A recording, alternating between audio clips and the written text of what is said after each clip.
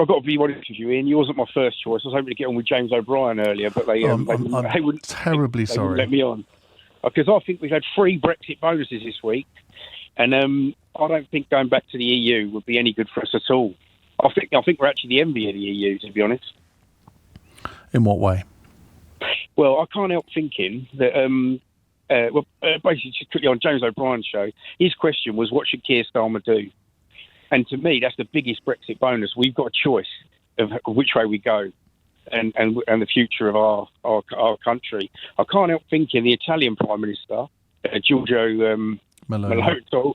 I always think of Electric Dreams when I say that. Giorgio Moroder. Yeah. But I can't help thinking that she's fuming. I know she's quite close with Trump, and I think the tariffs that she's been included in is just really for cars in Germany. And she had no say. I woke up this morning and Ursula von der Leyen's shouting her mouth off, getting all aggressive from Uzbekistan or wherever, saying we're going to retaliate with tariffs, we're going to do this. And I'm thinking, I'd hate for her to be speaking on our part about this. Well, would you like me to role play James O'Brien, Lee, so you can sort of get your fix? No, that'd be weird. If James O'Brien was on this programme now, what he would be saying to you is this: that 45% of our trade is with the EU, 20% is with America. So whatever short-term gain we might have gained from this tariff allocation, it won't mean as much as if we had basically a proper free trade deal with the European Union. And the way to do that is to rejoin a customs or some sort of customs union. Now, whatever you and I might think, there is a certain logic to that, isn't there? If we're talking about jobs in the UK, if we're talking about free trade and lack of barriers, surely we have to accept that is an argument. I think so, but we're where we are, Ian, aren't we? And we do trade with the EU, albeit maybe not as good as before Brexit, but we do still trade with them. I think the fact that we've got half the tariff as they have with the US. I think businesses in Europe will be incentivised to set up in the UK. That may well be possible. You're absolutely right. But do you think we can, as I said slightly cheekily before the break, can we have our cake and eat it? Can we improve our trade relations with the EU, which I must admit I would be in favour of? I don't want to rejoin the customs union. I don't want to rejoin the single market, because I think that implies effectively that we are quasi-members of the EU again. And I just cannot see the logic of that. But also, can we have good relations and good trade relations with the EU and still keep good relations with the Trump administration? I'm not so sure that's possible, is it? Well, carrying on with the James O'Brien role play, which far-right trading bloc would you rather be joined with, the USA or the EU? How is the EU a far-right trading bloc? I think it will be within a couple of years, won't it? With France and Germany, Italy, they're all going right, aren't they? I'm surprised James O'Brien's so keen on them, to be honest. Well, I'll leave James to talk about that one himself. I'm not going to keep going on about him. It's boring. You're obsessed, Lee. You're obsessed. Thank you very much. Let's go to Nick, who's in Harrow. Nick, hello. Hi, Ian. Thanks for taking my call. So the interesting thing around whether Irish companies set up in Northern Ireland or European companies from the mainland set up with us is one of the things Trump did, which is really penal, I think, is impose tariffs on some of the smaller Asian countries in around China mainly. So after Trump's first term, Trump won, and the tariffs then, China was the main target. Now it's the EU, clearly, and Canada. And that's because of, I think, Trudeau, Johnson, Princess Anne, Mark Rutte taking the mick on camera and him being embarrassed and leaving the NATO summit in 2019. But separately, these countries in Asia have been penalised, countries like Bangladesh, Sri Lanka, Vietnam. And the reason for that is because China moved a lot of their production into these countries after Trump won. So he said, OK, fine, you've done that. So we're going to still get you this way. And I think UK, if they start doing that here, we'll be at 20% very quickly. Hang on. Just on that, I haven't got that list from the poster board that he had last night of all the different tariffs, but I do remember him quoting quite a few of these Southeast Asian countries, and they all had sort of 70, 80, 90% tariffs on American imports. Now, I mean, and I think these are monetary and non-monetary imports. So that's the thing. We don't know these numbers. If you look at, there's a very good FT article today on how these numbers came up, and it's a bit laughable actually when you look at the maths. So I really do suggest you read it. It's very good because it's very arbitrary, and how they've come up with these numbers. So I just think that's the first thing on that. Sorry to interrupt you, but I think that's the point of that. But I can only go on the numbers that we were presented with, and I'm sure there were anomalies in them. But consistently, countries in that part of the world were charging very high tariffs. And Trump's argument was, well, we're not going to retaliate with 80, 90% tariffs. We're going to halve them. So we're being really generous. Now, you can argue the toss on that. But I don't think you can just say condemn that without accepting that there is a case. If somebody else has got high tariffs on you and they refuse to cut them, then why shouldn't you impose tariffs on them? No, I totally agree with that. But I think the point is these countries don't have these high tariffs. He talks about monetary and non-monetary tariffs, which are, for example, we won't take chlorinated chicken, therefore it's a tariff. And he puts 20% number on that, for example. That kind of thing. I mean, that's just I put that pluck the number out of the air. But that's how he's come up with these numbers.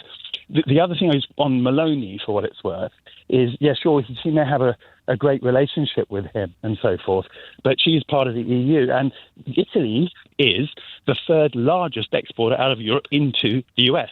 His tariffs, although the magic sort of formulas for coming up with these numbers are a bit spurious, they are based on trying to look like he's trying to fix the deficit versus the countries that have the biggest deficits with them. So we say, maybe Keir Starmer's played a blinder.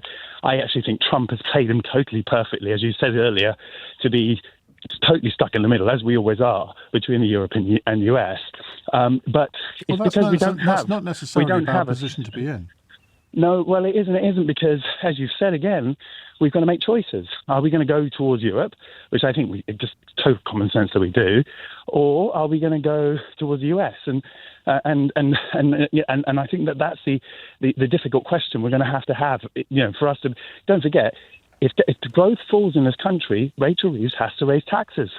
Very simple, and these tariffs will cause growth to fall. So they're in a really difficult situation. Well, I don't disagree with that. Any tariffs are going to cause growth to fall. I mean, admittedly, though, if you look at the OBR predictions, without any retaliation on our part, growth will fall by about 0.4 to 0.6%, whereas if we do retaliate, it would be 1%. So that is quite concerning. Andrew says, what would you sell your mother for? Well, my mother died in 2012, Andrew, but thanks for reminding me. Alex is in Chingford. Alex, hi. Hi, good evening, hi. Ian. I hope they don't do any retaliation either, because I'll tell you, I'm a supporter of reform and Nigel Farage, and I actually have to say I really admire the way that Keir Starmer has handled things.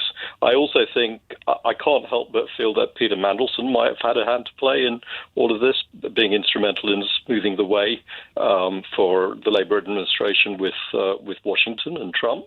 So I'm really quite impressed, how Starmer has handled Trump, despite all their sort of massive differences. And I think this is actually as far as it can be, a positive outcome. It is. You would have thought that Nigel Farage, being such good friends with Donald Trump, might have persuaded him to put us on zero tariffs. Well, I don't think any country is on zero tariffs, is it? I think 10% is the base, as I understand it. Correct me if I'm wrong. Yeah, no, you're right. I was being facetious. Yeah. And also, I think what I find quite interesting is that Nigel Farage was, really trying to up the ante on Chagos, and Trump has just signed that through. So, there's clearly not as, I hate to say this as a reform and Farage supporter, but maybe he doesn't quite have the connection into Washington and Trump that he likes to think that he has. Well, to be fair to Nigel, I don't think there's anybody else in this country who does have the connection with Trump that he has had for years, and indeed I think still does. But of course, it's a bit different now, given that Reform is now topping the polls today. I see ahead of the Conservatives and Labour. Given that if this continues, he's got to be seen as a possible future prime minister. That inevitably means that he probably might not be as rah in favour of Trump as he has been in the past. Well, I think you raise a very good point, because there are a number of sort of fairly right-wing leaders, both in Europe and obviously here, who might suddenly find themselves in a difficult situation, especially if Trump is taking actions against them. I mean, the best example of this, I think, is Pierre Poilievre, if I pronounce the name correct, who's the opposition leader in Canada, who is very much the equivalent of MAGA for Canada. And yet, once Trump started to make those threats about turning Canada into the 51st state, he just sort of totally ramped up his rhetoric against Trump. And I think one does have to look out for one's country's best interests. I mean, one of the reasons I admire what Starmer has done is that I would probably have been a bit more aggressive on this and said to Trump, look, if you want to punish U.S. consumers, that's up to you. But why should I do the same over here? And at the end of the day, I think that that's probably the best step he could have taken. I just find it really strange that the European Union in particular is sort of considering massive retaliatory moves, because all that's going to do is get Trump's goat up, and he's going to then up the ante again in sort of second rounds. And at the end of the day, they can just sort of turn around and sort of say, well, we don't really, we have our own consumers and electorate's interests at heart, and we don't want to punish them with these price rises. So if you want to do that to the U.S. consumer, we're not going to play your game. But of course, they're doing the usual knee-jerk type of thing because they want to have this sort of beef with America. But yeah, no, I mean, I again, going back to what I was saying before, I really admire what Starmer has done, and as much as I would love to see Nigel Farage as Prime Minister of this country, the reality is, we've still got 4 years to go, and I can't see this Labour government. A lot can change in 4 years, can't it? I think that's something that we've all learned over the past few years. Thank you very much, Alex. Let's go to Chris in Richmond. Chris, hi. Hello there. Well, I would say the first thing is Trump is not a reliable trading partner. If you've got a bank that you work with for 30 years, never let you down, no frauds, great customer service, like we have with the European Union, and you go to a dodgy bank... No frauds, never let us down, really? Well, well, come on. I mean, let's be honest about it. We've had a consistent trading relationship with the European Union for 25 plus years. Yeah. But you did say no fraud. Their accounts weren't signed off for about 30 years. I'm just talking about the trade relationship and about reliability, right? But there's also been fraud in this government, including under the party you were perhaps stand for the previous go. So we can talk about fraud till the cows come, including COVID fraud. But that's not the purpose of today's conversation. Well, you raised it, not me. Well, my point is, Ian. My point is fundamentally the European Union has been a reliable trading partner, right, for a very long time. Trump is utterly unreliable. And if you think that we should base trading partner about not upsetting Mr. Trump, who changes his mind, every time he wakes up in the morning, then frankly, that's for the birds. And you're completely wrong about Ed Davey. European Union trade is 45% of what we do. The single market as I've said twice in this hour. Yeah, and you have done. But let's go back to single market, right? Pharmaceutical companies, right, as I've said to you previously, have to test their products twice. Millions of pounds wasted on regulatory fees, testing products, life-saving medicines that go from this country into the European Union. Universities in this country have been destroyed, literally destroyed in terms of losing European Union students, which bring a huge amount of money in. You keep telling us Brexit's been a great idea. It's not. It has been a disaster for our economy. Opinion poll after opinion poll says we made a mistake. Right, and you think we should go and talk to Trump, right, and rely on what Trump might do one day? Come on, Ian, I'm not suggesting that we put all of our eggs in a Trump basket. I'm suggesting that we should try and have good relations with America and the European Union. It's not a zero-sum game in my view. But it is under Trump. With all due respect, under Biden, I agree with you. Under Trump, the guy's so unreliable. He cannot ride both horses.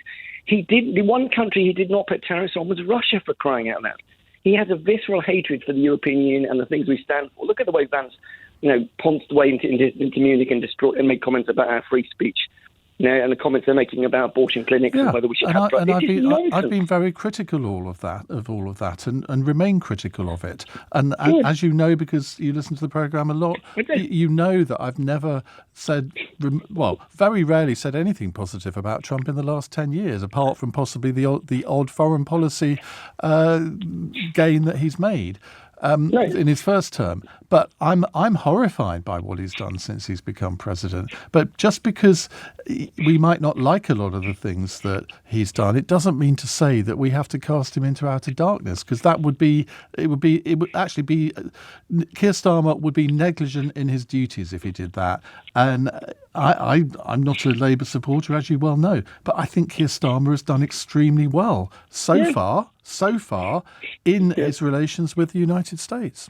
Well, I agree, but I think there are other shameful things, though, which again, the Lib Dems have called out. This whole digital services tax, we clearly are going to drop the idea of that, which was in the Labour manifesto, so that Amazon and Facebook and those guys pay their fair share of tax. They're not exactly employing, certainly Facebook is not employing hundreds of people, clearly Amazon does. That was a promise that they made to level up and to make it easier for the high streets to have to pay council tax, so at least they're competing on a fair playing field. They've clearly decided to drop that idea because they've been lobbied hard by these US tech companies, and because they want to appease Trump to get a trade deal. And I think that's terrible, personally. Again, you're drawing conclusions there which aren't necessarily right, because the briefing that I've seen is that they are probably going to reduce it way below the 800 million, but they're not actually going to abolish the tax. Look, these things are always negotiable. Whenever you're doing a free trade agreement, both sides have to give something. Now, if that means that we have to give that rather than something else, well, we can all judge that when it's happened. But it's about power, though, isn't it, Ian?